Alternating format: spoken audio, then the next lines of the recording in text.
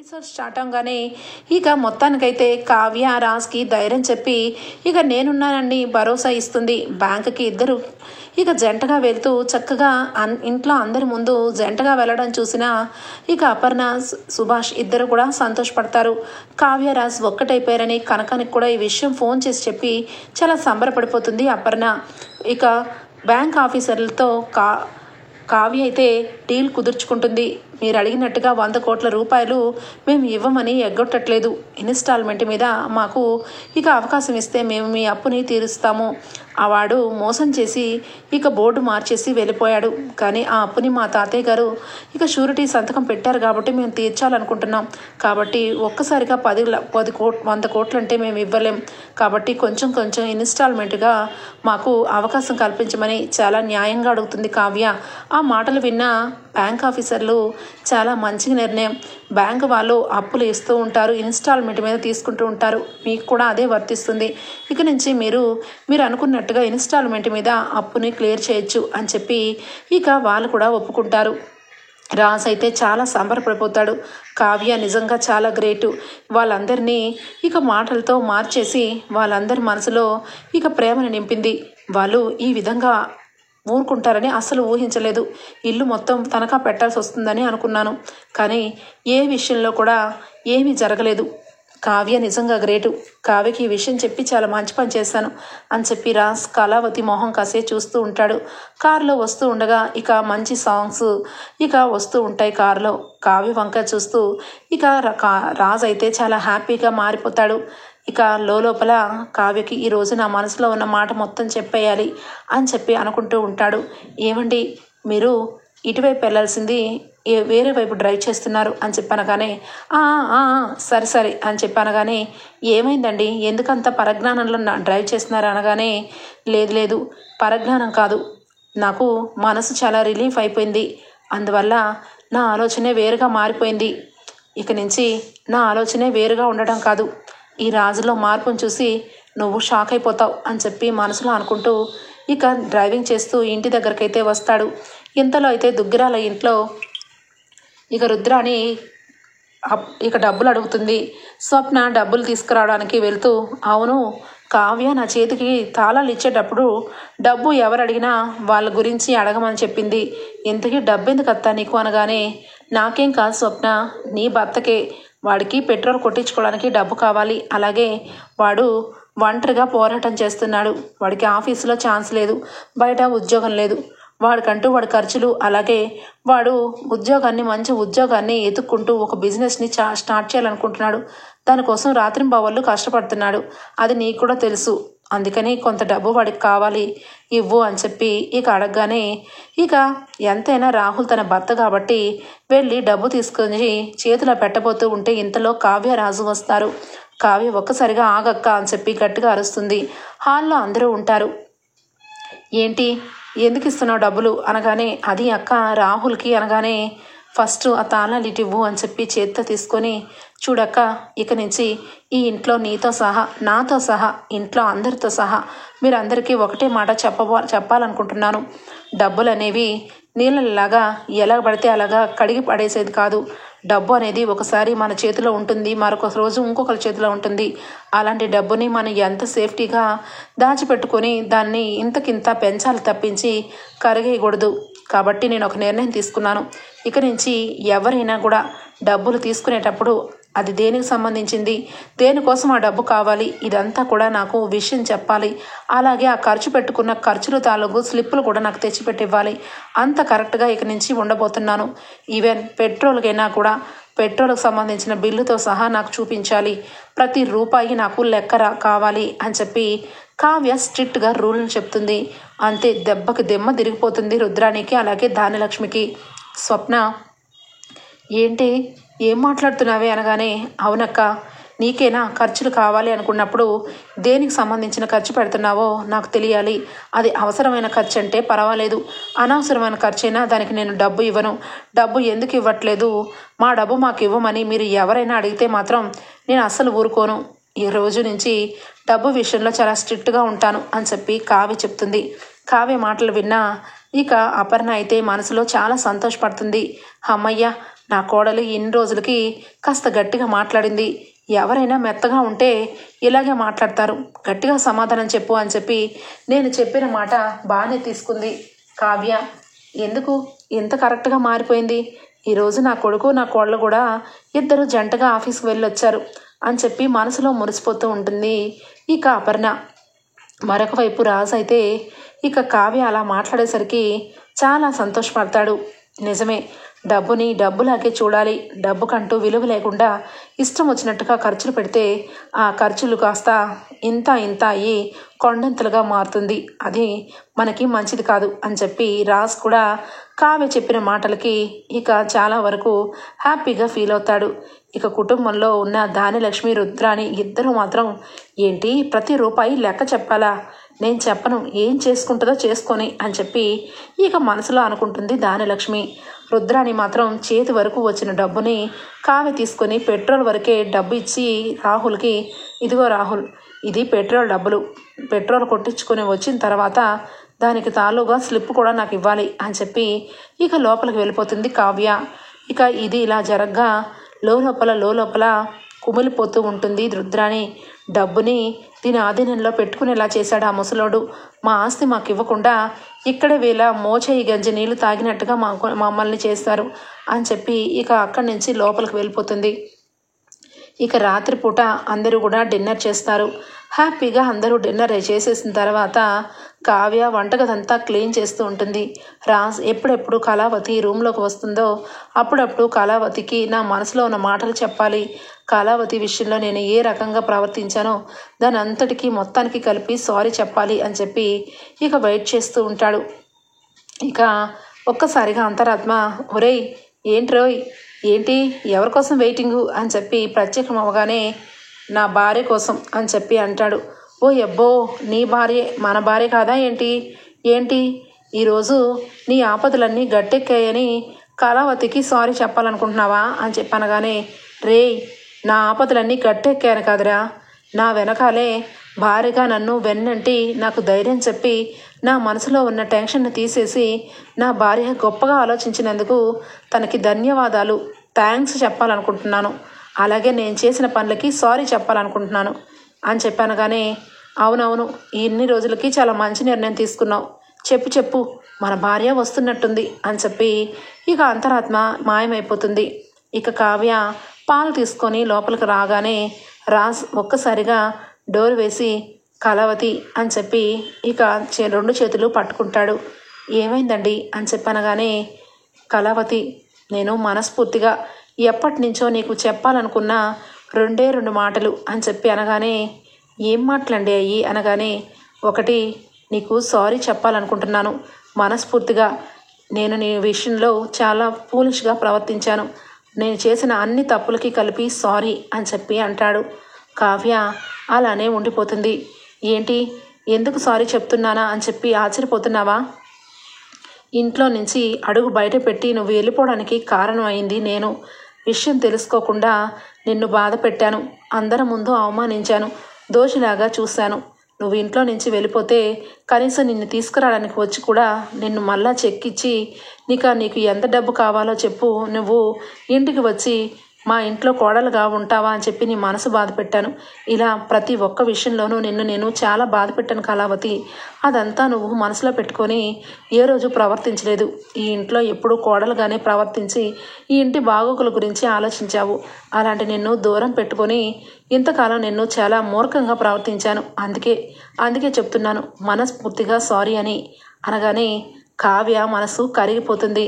రాజ్ ఆ విధంగా మాట్లాడేసరికి కావ్య ఎమోషనల్ అయిపోతుంది. కళ్ళ వెంట ఆనంద బాష్పాలు వస్తాయి.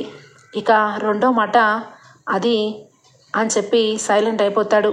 ఇక కావ్య అలానే చూస్తూ ఉంటే కావ్య దగ్గరకు వచ్చి కళ్ళల్లో కళ్ళు పెట్టి ఇక మనస్ఫూర్తిగా చెప్తున్నాను, నిజంగా నువ్వు నా జీవితంలో వచ్చినందుకు చాలా థ్యాంక్స్ కళావతి.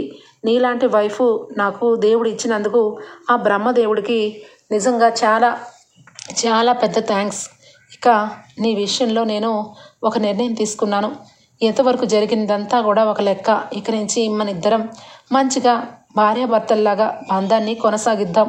ఇక మన ముందు ఎవరు ఏం మాట్లాడుకున్నా పర్వాలేదు, మన వెనకాల ఎవరు ఏం చేసినా పర్వాలేదు, ఎవరు ఏం చేసినా నువ్వు నేను మాత్రం విడిపోకుండా కలిసిగట్టుకొనే ఉండాలి. ఇక నీ ప్రేమ నాకు మాత్రమే దక్కాలి, నా ప్రేమ నీకు మాత్రమే దక్కాలి కళావతి. మనిద్దరము కలిసిపోయి ఇంట్లో తాతయ్య నార్మల్గా స్థితికి వచ్చే విధంగా చూడాలి. ఇక తాతయ్య ఇంటికి వచ్చేసరికి నువ్వు ఎవరో ఒకరిని కనేసి ఇవ్వాలి. ఏమంటావు కళావతి అని చెప్పి అనగానే ఇక కావ్య ఒక్కసారిగా ఆనందపడిపోతుంది. ఏమండి, ఏం మాట్లాడుతున్నారండి మీరు అనగానే, ఏం మాట్లాడుతున్నానో అర్థం కాలేదా? మనం పిల్లల్ని కనే పనిలో ఉండాలి. ఈ ఇంటికి వారసుని ఇవ్వాలి. మమ్మీ డాడీ అలాగే ఇక తాతయ్య నానమ్మ చాలా సంతోషపడతారు అని చెప్పి కావ్యని దగ్గరకు తీసుకొని, ఐ లవ్ యూ కళావతి, ఇక ఎప్పుడు కూడా మన మధ్య ఎలాంటి మనస్పర్ధలు రాకూడదు అని చెప్పి ఇక మొత్తానికైతే కావ్యని తను మనస్ఫూర్తిగా ఇక తను చేసిన పనికి క్షమాపణ అడిగి తను ఎంతగా ప్రేమిస్తున్నాడో ఆ ప్రేమనంతా కూడా వివరిస్తాడు రాజు. అయితే మొత్తానికైతే ఆ రాత్రి చాలా మంచిగా గడిచిపోతుంది. ఇక నెక్స్ట్ డే మార్నింగ్ అవుతుంది. మార్నింగే ఇక రుద్రాణి అలాగే దానిలక్ష్మి ఇద్దరు వంటగదిలో, ఏంటి దానిలక్ష్మి, ఏం కావాలి, ఏం ఆలోచిస్తున్నావు అనగానే, ఏమీ లేదు, నాకేంటికో చాలా కోపంగా అనిపిస్తుంది. ఈ ఇంట్లో అందరూ బాగానే ఉన్నారు, ఒక్క నేను తప్ప, నా కొడుకు నేను తప్ప ఇంట్లో అందరూ ఎవరికి ఏం కావాలో అది సాధించుకుంటున్నారు అని చెప్పి అంటూ ఉంటుంది. ఈ లోపల ఇక సరే కానీ దానిలక్ష్మి, చూడు ఈ మోడల్ నెక్లెస్ ఎంత బాగుందో అని చెప్పి చూపించగానే, అవును రుద్రాణి, ఏంటి ఇంత మంచి నెక్లెస్ సెట్టు నీకెక్కడిది, నువ్వు బుక్ చేసుకున్నావా అనగానే, అంత భాగ్యం నాకెక్కడిది వదినా, ఇది నీకోసమని చూపిద్దామని తెచ్చాను. ఎంతైనా ఈ ఇంటికి నువ్వు కోడలివి, నేను ఆడపడుచుని. కావ్య డబ్బు ఇవ్వాలే కానీ ఇంతకంటే మంచి మంచి సెట్లు కొనుక్కునేదాన్ని, కానీ కావ్య నాకు ఏ రూపాయి కూడా ఇవ్వట్లేదు. చేయి చాచుకునే దౌర్భాగ్యం కలుగుతుంది. మన ఆస్తి మనకి ఇవ్వకుండా ఆస్తి మొత్తం దాన్ని ఎత్తిని రాశారు, అదేమో ఇప్పుడు ప్రతిదీ లెక్క కావాలంటుంది అని చెప్పనగానే ఏడ్చింది. ప్రతిదీ లెక్క చెప్పాలా? ఎవరికి చెప్పాలి, ఎందుకు చెప్పాలి? ఇది నా ఆస్తి, ఉమ్మడి ఆస్తి అనుభవిస్తూ మన ఇంట్లో కోడలుగా అడుగుపెట్టి డబ్బుకి దీన్ని నేను లెక్క చెప్పడం ఏంటి? ఈ నెక్లెస్ సెట్టు నాకు ఇప్పుడే ఈరోజే బుక్ చేసుకుంటాను, డబ్బు అదే కడుతుంది, చూస్తా ఉండు అని చెప్పాను. కానీ నాకు అదే కావాలి, నిన్నెందుకు రెచ్చగొట్టానో నీకు తెలీదు. ఇప్పుడు కావ్య ఇరకాటంలో పడుతుంది, నువ్వు డబ్బు అడుగుతావు, అది ఇవ్వనంటుంది, నువ్వు ఇచ్చే వరకు ఊరుకోవు, ఇంట్లో పెద్ద గొడవ జరుగుతుంది, అప్పుడు కోర్టు విషయం నేను లాగి ఖచ్చితంగా కోర్టుకి వెళ్ళేలాగా చేస్తాను అని చెప్పి రుద్రాణి అయితే ఐడియా వేస్తుంది. ఇక కావ్య వంటగదిలో వంట చేస్తూ ఉండగా దానిలక్ష్మి వస్తుంది. ఇదిగో కావ్య, నాకు 5 లక్షల రూపాయలు కావాలి అనగానే, 5 లక్షలా అని చెప్పి అనగానే, మొన్న కూడా చీర విషయంలో 3 లక్షలా అని చెప్పి రాగం తీసావు, ఇప్పుడేంటి 5 లక్షలా అంటున్నావు? 5 లక్షలే అనగానే, లేదు 5 లక్షలనే అంటాను, ఎందుకంటే 1 కాదు 2 కాదు, అది కూడా వేలల్లో కాదు లక్షల్లో. మీరు ఎందుకు అంత డబ్బు కావాలనుకుంటున్నారో చెప్తారా అనగానే, నేను ఇదిగో ఒక సెట్ బుక్ చేసుకోవాలనుకుంటున్నాను, దానికి సంబంధించి 5 లక్షల బిల్లు, అది పే చేయాలి అనగానే, ఆ సెట్ మీకు ఆల్రెడీ చాలా ఉన్నాయి, ఒరిజినల్గా చెప్పాలంటే ఇంట్లో మీకు అన్నీ కూడా గోల్డ్ సెట్లే ఉన్నాయి, అలాంటప్పుడు ఇది ఆఫ్టర్ ఆల్ మీకు, అలాంటిది ఒకే నెలలో ఒకే వారంలో ఇంతంత డబ్బు ఖర్చు పెడుతూ ఉంటే ఇక్కడ కొండలైనా కరిగిపోతాయి చిన్నత్తయ్య, అందుకే నేను మీకు అది అనవసరమైన ఖర్చని డిసైడ్ అయ్యి మీకు డబ్బు ఇవ్వడం కుదరదు అని చెప్పి అంటుంది కావ్య. ఆ ఒక్క మాటకి ఏమన్నావు నువ్వు? మట్టి పిసుక్కొని బొమ్మలు గీసుకునే నువ్వు నాకే విషయం చెప్తావా? నాకే కూడదని చెప్తావా? అయినా డబ్బు నీదనుకుంటున్నావా? ఓన్లీ నీ పేరు మీద రాసిచ్చారంతే, నువ్వు ఒక అకౌంటెంట్ లాగా డబ్బు అందరికి ఇస్తూ లెక్కలు రాసుకోవడం వరకే నీ డ్యూటీ, నాకు ఎదిరించి నాకు ఇవ్వకుండా నువ్వు ఇలాగే ఉండిపోదాం అనుకుంటున్నావా? పెద్ద గొడవ చేసి రచ్చ చేస్తాను, నీ చేతిలో నుంచి తాళం చేతులు నా చేతికి వచ్చేలా చేస్తాను అనగానే, ఏంటి బెదిరిస్తున్నారా? మీరు బెదిరించే బెదిరింపులకి బెదిరిపోయే కావ్య ఎప్పుడో అయిపోయింది. ఇప్పుడు మొన్నే చెప్పాను కదా, నేను కరెక్ట్గా రూల్స్ పెట్టుకున్నానని. ఈ ఇంట్లో 1 వారం కాదు, ఒక 6 నెలలకు సరిపడే షాపింగ్లన్నీ అయిపోయినాయి. ఇక మీరు ఏమి కూడా అడిగినా నేను రూపాయి కూడా ఇవ్వను. అని చెప్పి కావ్య మొహం మీద కొట్టినట్టు చెప్తుంది. అంతే, ఇక దానిలక్ష్మి బాగా హర్ట్ అయిపోతుంది. ఎంత ధైర్యమే నీకు? నా భర్త కష్టపడిన కష్టాజితం మీద నేను కొనుక్కుంటున్నాను. నేనేమి నీ అమ్మ సొమ్ము మీ నాన్న సొమ్ము అడిగి తీసుకురాలేదు అనగానే, చిన్నత్తయ్య మాటలు సరిగా రానివ్వండి అని చెప్పి కావ్య అంటూ ఉంటే ఇంతలో కుటుంబం అంతా చేరిపోతారు. ఇక దానిలక్ష్మి మాట్లాడిన మాటలకి ఇక రుద్రాణి ఇంకాస్త కలిపి, చూడండి వదిన, అపర్ణ వదిన, మీ కోడలు ఎంత తలపొగరుతో మాట్లాడుతుందో. తనంట ఏ ఒక్క రూపాయి ఎవరికి ఇవ్వదంట. ఏం చేసుకోవాలంటే చేసుకోండి అంటుంది. అంటే అర్థం ఏంటి? మేము ఎక్కడికైనా వెళ్ళి ఆస్తి విషయంలో గొడవ చేయొచ్చనే కదా, రద్దంతం చేయమనేగా మీ కోడలు మమ్మల్ని ఇలా ఉసుగొలుపుతుంది అనగానే, రుద్రాణి ఏం మాట్లాడుతున్నావు? కావ్య ఏం జరిగింది అనగానే, అది అత్తయ్య, నా చేతిలో పెత్తనం ఉందని తెలుసుకొని కావాలని నన్ను తప్పు పట్టడం కోసం వీళ్ళు వారంలో కనీసం లక్షల మీద షాపింగ్లు చేస్తున్నారు. 5 లక్షల రూపాయలు నా దగ్గర ఉన్నాయేమోనని అడుగుతున్నారు. కానీ నేను ఏ ఒక్క రూపాయి కూడా అనవసరం ఖర్చులకి ఖర్చు పెట్టదలుచుకోలేదు అని చెప్పి అంటూ ఉండగానే ఇంతలోనే ఫోన్ వస్తుంది ఆఫీస్ నుంచి. శృతి, మ్యామ్, మనకి ఒక మెటీరియల్కి సంబంధించిన విషయంలో డబ్బు కావాలి. ఇక ఈరోజు మేనేజర్ని మీ ఇంటికి పంపిస్తున్నాను. చెక్ ద్వారా కాకుండా క్యాష్ ఉంటే ఇవ్వండి మేడం, అది మనకి చాలా యూజ్. అది ఉంటే మన పని చాలా సులువుగా అయిపోతుంది అనగానే, ఓకే పంపించు, రెడీగా ఉంది డబ్బు అని చెప్పి కావ్య అంటుంది. అంతే, ఒక్కసారిగా రుద్రాని, అమ్మో చూసావు కదా వదిన, డబ్బు లేదు, అనవసరమైన ఖర్చులు పెడుతున్నారని మా ముందే వచ్చి కలెక్ట్ చేసుకోమని చెప్తుంది. అసలు నిజంగా పేనుకు పెత్తనం ఇస్తే తలంతా గొరుగు పెట్టినట్టు ఈవిడ గారికి పెత్తనం ఇచ్చారు మా నాన్న. అంత డబ్బు కాస్త ఈవిడ చేతిలోకి ఉండేసరికి అత్యాశతో తల్లిదండ్రులకి దోచిపెడుతున్నట్టుంది అనగానే, రుద్రాణి గారు అని చెప్పి గట్టిగా అరుస్తుంది కావ్య. ఒక్క మాట మా ఇంట్లో వాళ్ళ గురించి మాట్లాడితే అస్సలు ఊరుకోను. తప్పుడు మాటలు మాట్లాడడానికేనండి మీరు ఇంట్లో ఉంటుంది. రూపాయి కూడబెట్టి ఇంత ఆస్తిని చేర్చి చివరాఖరికి కోమలో ఉన్నారు తాతయ్య. ఆయన ఆస్తి నా చేతిలోకి ఎలా ఇచ్చారో ఆయన చేతికి ఇచ్చే వరకు నేను ఇలాగే రూల్స్ పాస్ చేస్తాను. కాదు కూడదు అంటారా? ఇక మీరు మీ ఇష్టం వచ్చినట్టు చేసుకోమని ఎవరైనా అంటారు. కేసుకి వెళ్తారో, కోర్టుకు వెళ్తారో, ఇంకెక్కడికి వెళ్తారో మీ ఇష్టం. ఆస్తి నాది, నా ఇష్టం వచ్చినట్టుగా నేను చేసుకునే హక్కు నాకుంది అని చెప్పి పక్కకు తప్పుకోండి అని చెప్పి కావ్య వెళ్ళిపోతుంది. అంతే, దెబ్బకి షాక్ అయిపోతారు కుటుంబం. దానిలక్ష్మి వెంటనే లాయర్ గారికి ఫోన్ చేయాలి. ఈరోజు లాయర్ గారు మనల్ని కలుస్తామన్నారు.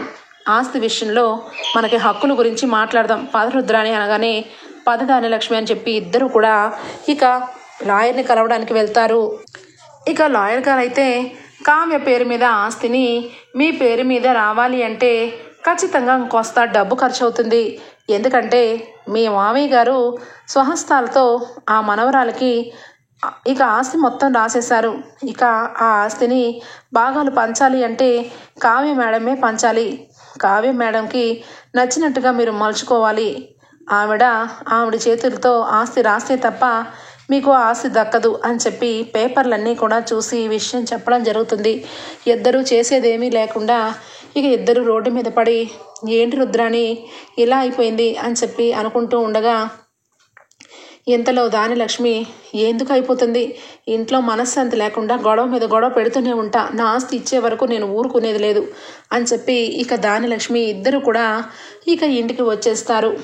ఇక్కడికి వచ్చేస్తే పోలీస్ ఆఫీసర్ ఫోన్ చేస్తాడు ఇక రాజగోపాల్కి. ఫోన్ చేసి, నువ్వు ఉన్న ప్లేసు ఎవరికి తెలియకూడదు, అందరి దృష్టిలో నువ్వు ఫారెన్లో ఉన్నట్టు, నువ్వు ఈ టైంలో గనక బయట తిరిగితే చాలా రిస్క్ అని చెప్పి అంటూ ఉండగా, ఏంటి రిస్క్? నువ్వు పోలీస్ ఆఫీసర్వి, నీకు డబ్బు ఇచ్చి పెట్టుకున్నది దేనికి? ఈ విషయంలో నన్ను ఫేవర్ చేయాలనే కదా. ఇక ఆస్తి విషయం అంటావా?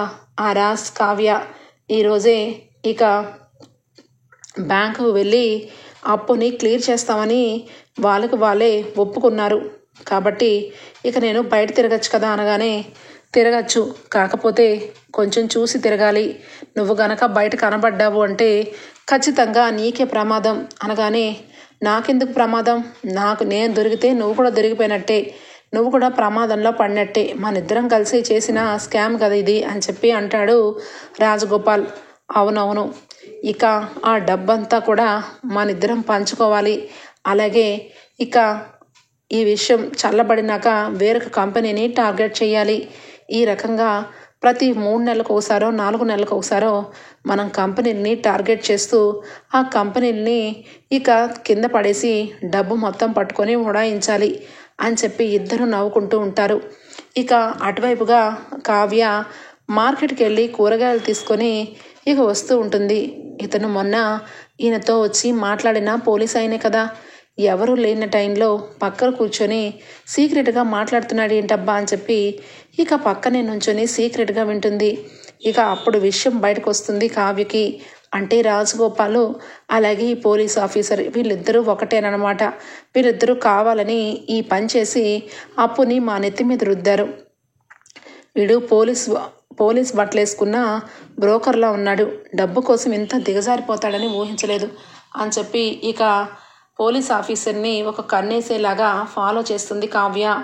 ఇక సరాసరి పోలీస్ ఆఫీసర్ అయితే, ఏంటి రాజగోపాల్, నీకు కంపెనీ కావాలంటే ఇంకెవరినైనా పిలిపించుకో, నేను డ్యూటీలో ఉన్నాను అని చెప్పి అంటూ ఉంటే, ఏం డ్యూటీలో ఉంటావు, మనం అనుకున్నట్టు మనం గెలిచాం, మనం డబ్బుని పంచుకోవడమే కాదు ఇద్దరం కూడా ఎంజాయ్ చేయడం కూడా ముఖ్యమే. ఇక రాజ్ ఇక ఈ ప్లేస్కి ఎప్పుడూ తెలుసుకోలేడు, అలా అని చెప్పి నువ్వు ఏ రోజు రాజుని ఇక్కడ వరకు రానివ్వవు, అలాంటప్పుడు మనం సెలబ్రేట్ చేసుకోవాలి కదా అని చెప్పి ఇద్దరు మాట్లాడుకున్న మాటలు మొత్తం కావ్య వింటుంది. ఉన్న పలంగా ఇక కూరగాయలన్నీ పక్కన పడేసి ఇక పోలీస్ ఆఫీసర్ని ఫాలో చేస్తుంది. పోలీస్ ఆఫీసర్ ఇక ఎవరు చూడకుండా సివిల్లో ఉంటూ ఇక హెల్మెట్ పెట్టుకొని ఎవరికి డౌట్ లేకుండా బండి మీద స్టార్ట్ అవుతాడు. కావ్య ఆటో అతనికి ఆ బండిని ఫాలో అవ్వండి అని చెప్పేసరికి ఇక బండినే సరాసరి ఫాలో అవుతూ ఉంటాడు. కొంచెం దూరంగా ఉండగానే కావ్య దిగిపోతుంది. ఇక బండి మీద ఉన్న పోలీస్ అటు ఇటు చూసి ఇక ఒక అపార్ట్మెంట్ లోపలికి వెళ్తాడు. అక్కడ రాజగోపాల్ ఇక ఒక ఫ్లాట్లో ఉంటాడు. కాలింగ్ బెల్ కొట్టగానే వెంటనే తెరిచి లోపలికి వెళ్ళిపోతాడు ఇక పోలీస్ ఆఫీసర్. ఇద్దరిని కూడా చూస్తుంది పక్కనే కావ్య. అమ్మయ్య, మొత్తానికి వీళ్ళిద్దరూ ఇక్కడే ఉన్నారు అని చెప్పి లోపల నుంచి ఫోన్ తీసి ఇక ఫోన్ని లైవ్ లొకేషన్ పెడుతుంది రాజ్కి కనెక్ట్ అయ్యేలాగా. రాజ్ సరాసరి ఇక చూస్తూ ఉంటాడు. కావ్య ఏంటి ఏదో లైవ్లో మనకి చూపిస్తుంది అని చెప్పి చూసేసరికి రాజగోపాల్ అలాగే ఇక పోలీస్ ఆఫీసర్ ఇద్దరు కూడా రూమ్లో డబ్బు సూట్ కేసుల్ని ఓపెన్ చేసి డబ్బు మొత్తం కూడా ఇద్దరు ముందు పెట్టుకొని సగం నీకు సగం నాకు సగం, ఇది నీకు ఇది నాకు అని వాటాలు వేసుకుంటూ ఉంటారు. కావ్య మాత్రం విండో ఇక వెనక భాగంలో ఎవరికి తెలియని ప్లేస్లో నుంచొని ఫోన్లో మొత్తం కూడా ఇక వీడియో ఎక్కేలాగా చేస్తుంది. ఇక రాజగోపాల్ అయితే, సూపర్ నువ్వైతే నన్ను ఫారెన్లో ఉన్నాడని నమ్మించావు, చివరాఖరికి ఆ Swaraj group of company Raj ఇక డబ్బు మొత్తం కట్టేశాడు, ఇక నేను హ్యాపీగా ఈ డబ్బుతో ఎంజాయ్ చేసుకోవచ్చు, ఇది 1 కాదు 2 కాదు 15 కోట్ల రూపాయల ఆస్తి, ఇక నీకు నాకు 7575 అని చెప్పి ఇక అనుకుంటూ ఉంటారు. ఇంతలోనే డోర్ని కొడుతూ ఉండగా, ఎవరబ్బా ఈ టైంలో డోర్ కొడుతూ ఉంటారు అని చెప్పి ఇక రాజగోపాల్ అయితే, ఎవరు అనగానే, ఎవరు నువ్వెవరైనా ఈ టైంలో వస్తారా అనగానే, ఫుడ్ ఆర్డర్ చేశాను కదా, ఎవరైనా తెచ్చి ఉంటారు, మెల్లగా డోర్ తీ అనగానే, అవునవును నిజమే కదా, ఆకలేస్తుంది అని చెప్పి డోర్ని తీస్తాడు పోలీస్ ఆఫీసర్. ఒక్కసారిగా రాజ్ కావ్య ఎదురుగా ఉంటారు. రాజ్ చూసి, ఏంటి మీరు ఈ ఫ్లాట్లో ఎక్కడున్నారు అనగానే ఇక వెంటనే రాజగోపాల్ లోపలికి వెళ్ళిపోతూ ఉండగా పోలీస్ ఆఫీసర్, అది రాజ్ మీరు ఇక్కడేంటి, నేను ఏదో ఇక్కడ ఉన్నానంతే అని చెప్పి తడబడుతూ ఉంటాడు. ఏంటి తడబడుతున్నారు, రాజగోపాల్ ఫారెన్ వెళ్ళిపోయాడు అన్నారు కదా, ఫారెన్ వెళ్ళిపోయిన మనిషి మళ్ళా ఇక్కడికి ఎలా వచ్చాడు, మీరు అలాగే ఈ రాజగోపాల్ ఇక్కడ ఏం మాట్లాడుకుంటున్నారు అని చెప్పి రాజ్ అడుగుతాడు.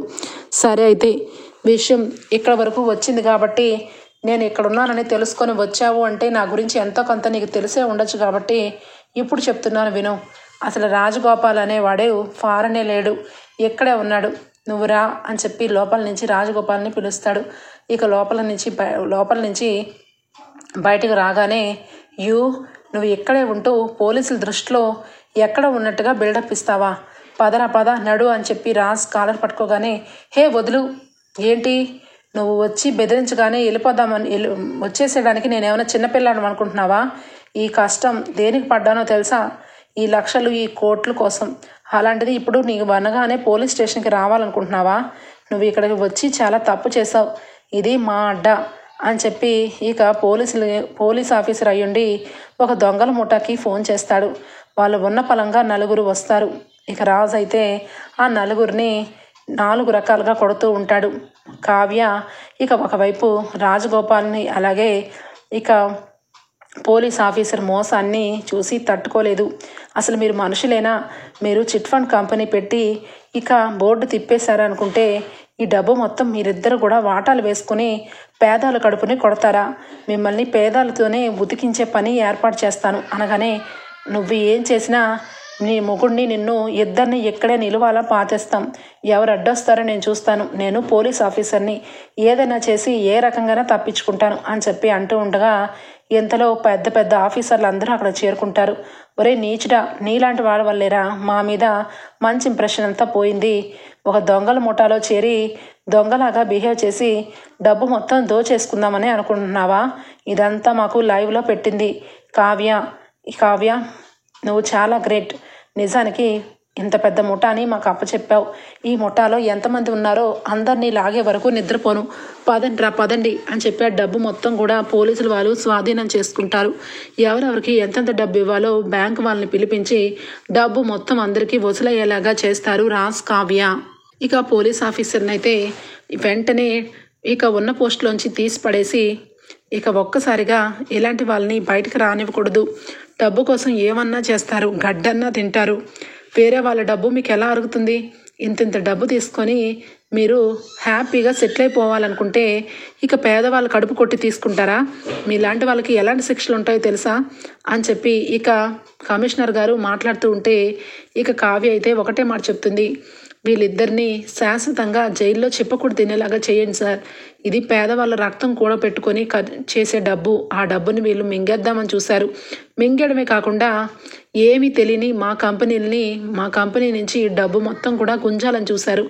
ఇలాంటి నమ్మక ద్రోహిల్ని ఊరికే ఎలా వదిలేస్తారు సార్ అని చెప్పి కావ్య అంటూ ఉంటుంది. ఇక ఇంత పెద్ద డబ్బుల్ని ఎగ్గొట్టి ఈ డబ్బులతో వీళ్ళు ఫారెన్ చెక్కేద్దామని చెప్పి చూశారు. వీళ్ళు ఇక్కడే కాదు 2-3 చోట్ల కూడా ఇలాగే టోకరా వేశారు. దీని అంతటికీ సంబంధించిన మొత్తం కూడా వీళ్ళకి గురించి మొత్తం బయటకు లాగాలి అని చెప్పి కమిషనర్ అయితే ఆ పోలీస్ ఆఫీసర్కి రాజగోపాల్కి అయితే ఇక జైలు శిక్ష అయితే వేయిస్తాడు. ఇక ఇదంతా కూడా ఇంట్లో తెలిసిపోతుంది. ఒక్కసారిగా దుగ్గిరాల కుటుంబం ఉలిక్కి పడుతుంది. ఇలా చిట్ ఫండ్ కంపెనీ ఎత్తేయడం, దానికి సంబంధించి 100 కోట్ల రూపాయలు షూరిటీగా సీతారామయ్య గారు పెట్టడం, ఇదంతా కూడా చాలా గ్రేట్ విషయాలు మీతో షేర్ చేసుకోవాలి అని చెప్పి టీవీలో వస్తూ ఉంటుంది. ఇంట్లో అందరూ కూడా ఆశ్చర్యపోతారు. ఇక రుద్రాణి, దానిలక్ష్మి అయితే 100 కోట్ల రూపాయలకి సంతకం పెట్టారా? అది కూడా ఇక ఎవరిని అడగకుండా అలాంటి పనులు చేయడం ఏంటి? అయినా ఎప్పటి నుంచో నా ఆస్తి నాకు ఇమ్మంటే ఇవ్వట్లేదు. వీళ్ళు దాన ధర్మాలకి ఆస్తి మొత్తం తగలేస్తారు. ఇప్పుడు వాడు పట్టుబడ్డాడు కాబట్టి సరిపోయింది, లేదంటే రోడ్డు మీదకి వచ్చేవాళ్ళం అని చెప్పి ఇక అంటూ ఉండగా ఇక అప్పుడు టీవీలో కావ్య గురించి ఆఫీసర్లు అలాగే బ్యాంకు ఉద్యోగస్తులు మాట్లాడతారు. రాజ్, కావ్య చాలా గ్రేట్. దుగ్గిరాల మనవరాలు అనిపించుకున్నారు. ఉన్న డబ్బులు మొత్తం కూడా జప్తు చేయాల్సిన టైంలో కూడా వచ్చి ఆ డబ్బుని మేము తీసుకోలేదు, అసలు తాతయ్య గారు కోమాలో ఉన్నారు, మాకు దీనికి సంబంధం లేదు అని ఒక్క మాట అంటే మేము ఏమీ చేయలేకపోయేవాళ్ళం. కానీ వీళ్ళు వాళ్ళే నెత్తి మీద అంత అప్పును వేసుకొని మేము మిమ్మల్ని ఎగ్గొట్టం, ప్రతి నెల మీకు ఎంతో కొంత కడతామని చక్కగా చెప్పారు. ఇలాంటి వాళ్ళు కూడా ఉంటారా అని అనిపిస్తుంది. అందుకేనేమో ఆ దేవుడు ఆ రాజగోపాల్ని పట్టించేలాగా చేశాడు. వీళ్ళు ఎలాంటి వాళ్ళనేది ఆ దేవుడికి అర్థమైంది. న్యాయంగా వెళ్తే ఎప్పుడైనా న్యాయమే జరుగుతుంది. ఎగ్జాంపుల్ కావ్య రాజ్ అని చెప్పి టీవీలో కావ్య రాజ్ గురించి, దుగ్గిరాల కుటుంబం గురించి చాలా గొప్పగా చెప్పడం జరుగుతుంది. ఇక టీవీలో చూసిన ఇందిరాదేవి చూసి చాలా సంతోషపడుతుంది. నా మనవడు నా మనవరాలు నిజంగా న్యాయంగా ఉంటారు. అందుకే ఈరోజు కావ్య పేరు మీద ఆస్తి రాశారు. అదే మీ పేరు మీద ఎవరి పేరు మీద రాస్తే ఈ ఆస్తి ఎప్పుడో బ్యాంకు వాళ్ళకి జప్తు చేసేవాళ్ళు. మీకున్న తెలివితేటలకి ఆలోచించే బావ కావ్య పేరు మీద రాశాడు. బావ తీసుకున్న నిర్ణయం చాలా మంచి నిర్ణయం అని చెప్పి ఇందిరాదేవి మురిసిపోతుంది. ఇంతలోనే హాస్పిటల్ నుంచి కాల్ వస్తుంది. ఇక సీతారామయ్య గారు ఇక మెలకువలోకి వచ్చారు. ఇక చిట్టి అంటున్నారు అని చెప్పి మిమ్మల్ని ఇక దగ్గరుండి చూసి మీతో మాట్లాడాలంటున్నారని చెప్పి విషయం ఇక కళ్యాణ్ ద్వారా దుగ్గిరాల కుటుంబంకి తెలుస్తుంది. ఒక్కసారిగా సంతోషంతో సీతారామయ్య మెలకువలోకి వచ్చారన్న సంగతి తెలుసుకున్న కుటుంబం ఆనందంలో మునిగిపోతుంది.